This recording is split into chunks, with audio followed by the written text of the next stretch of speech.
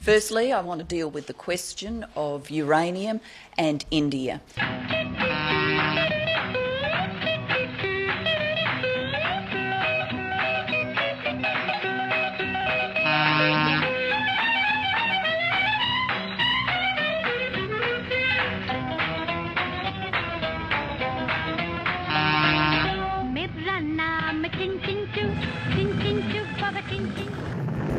Why is Australia selling uranium to a nuclear weapon state who refuses to sign the International Nuclear Non-Proliferation Treaty?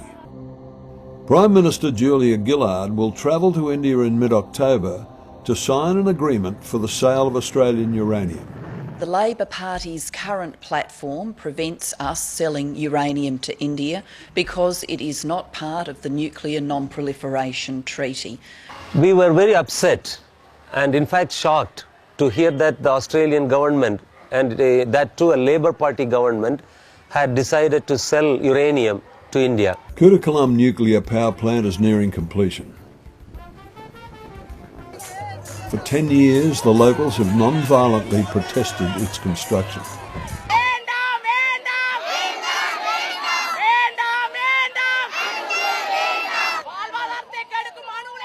The Indian government responded by sending in police to brutally suppress all dissent at Koodakullam. In September 2012, police shot and killed 2 fishermen protesters.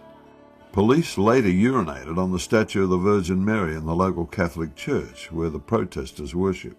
India is expected to increase its use of nuclear power from its current 3% of electricity generation to 40% by 2050.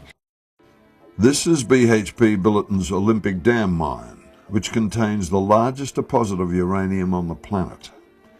It exports 4,000 tonnes of radioactive yellow cake each year. That amount is set to increase with India becoming a customer. With just one little grain of sand, little speck, the whole is heaven and earth with just a little speck. Aboriginal elder, Uncle Kevin Buzzacott, has invited all Australians to converge on Olympic Dam and demand that it be shut down. 400 police confront 200 peaceful protesters.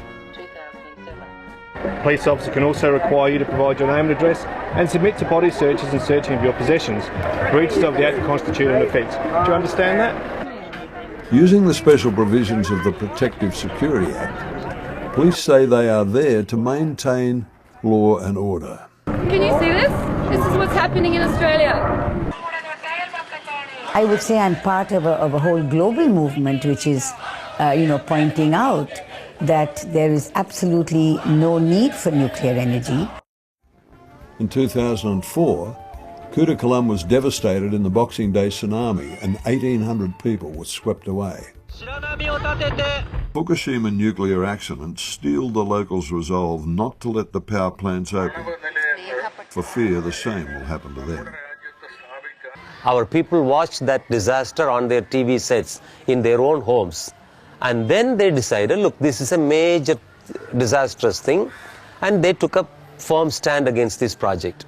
We are a nation or a society who culturally tend to be much more lackadaisical about things regarding safety in general, whether it's, putting 2 wires into a plug point and not worrying about that.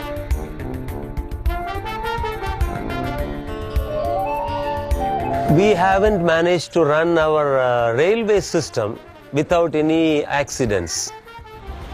There have been series of accidents and there's so much mismanagement. I, for one, don't trust them. When the tsunami hit India in 2004, December, our scientific community was sleeping. They couldn't give a word of warning to our people. I'm coming from Japan. I wanted to live in the own country. But I'm scared. I can't live in Japan after this situation. You take any project, there have been accusations of corruption, bribery, stealing public money and all that in India. So far this year, 3 ministers in Prime Minister Singh's cabinet have been forced to resign and face major corruption charges. And now, even Prime Minister Singh himself faces major corruption allegations that under his watch, a major coal licensing scam took place. India is our fourth biggest export market, a market worth nearly $16 billion to Australia, with enormous potential to grow as India becomes wealthier. This lobby here in India is signing indiscriminate agreements. Selling uranium to India will be good for the Australian economy and good for Australian jobs. If they only knew what they were destroying as far as the dream time and the walking track and the cycle, all that, they dare not touch it. Uranium is like a serpent, it's like the cobra. It's much better to be allowed to stay within the earth, where it will never be poisonous, it will never harm anybody else. So you don't hurt it, you don't disrupt it, don't take it out of the ground, leave it where it is.